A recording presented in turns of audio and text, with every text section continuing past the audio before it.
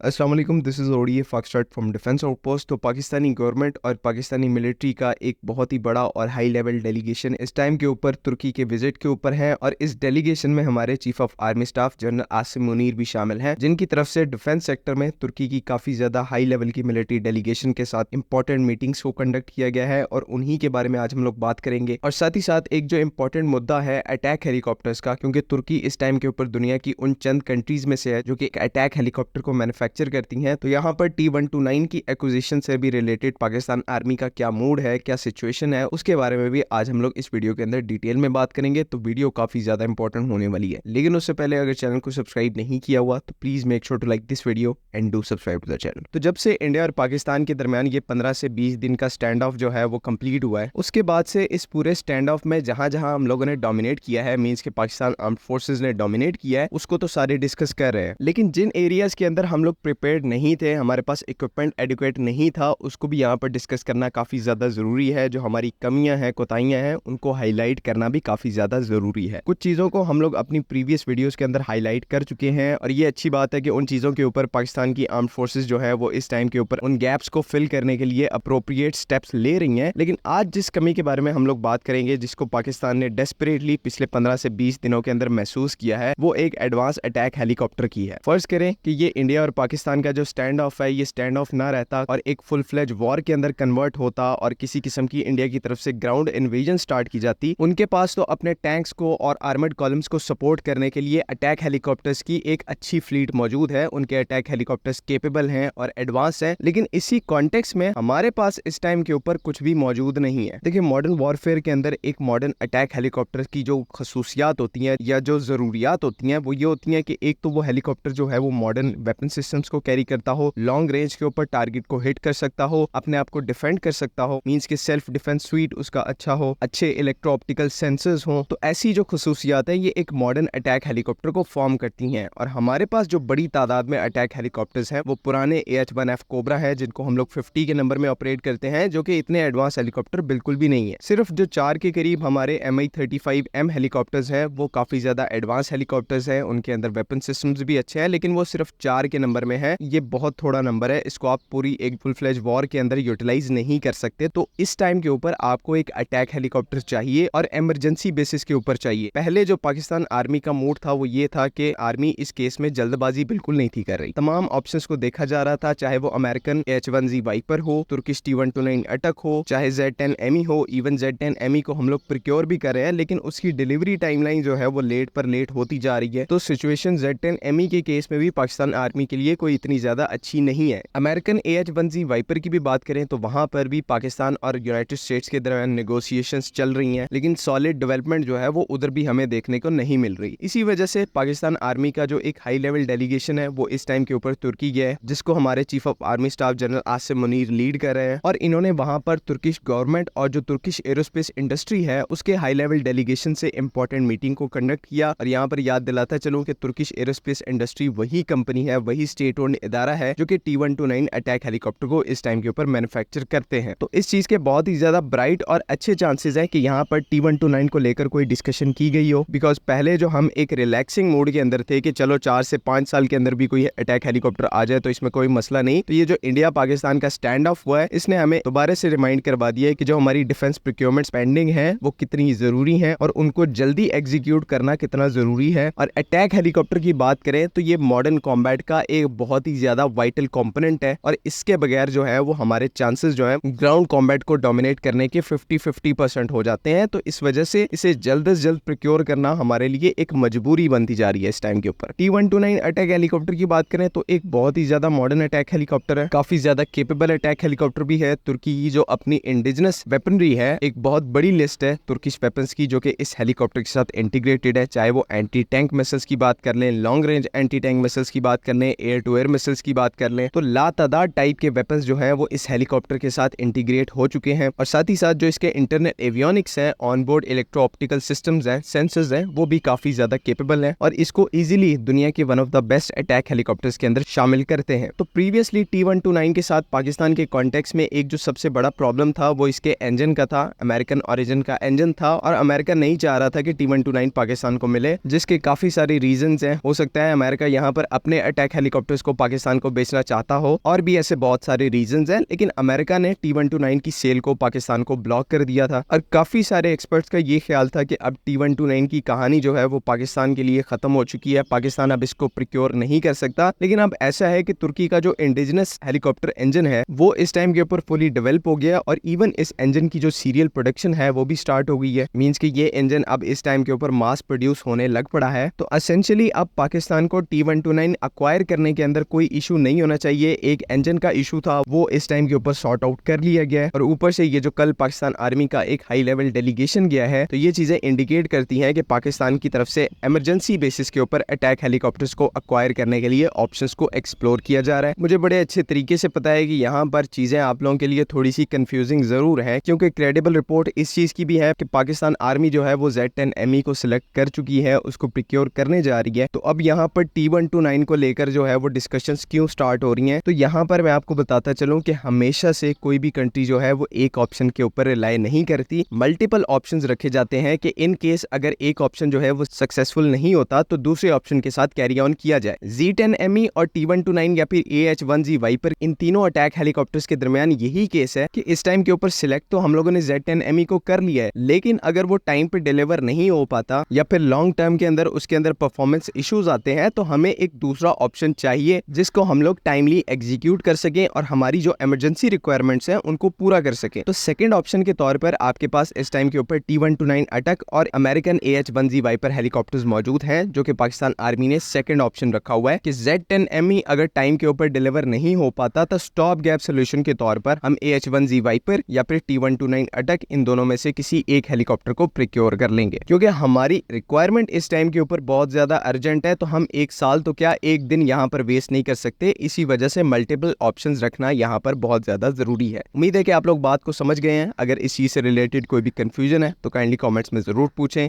बाकी अगली वीडियो तक के लिए अल्लाह हाफिज। पाकिस्तान जिंदाबाद।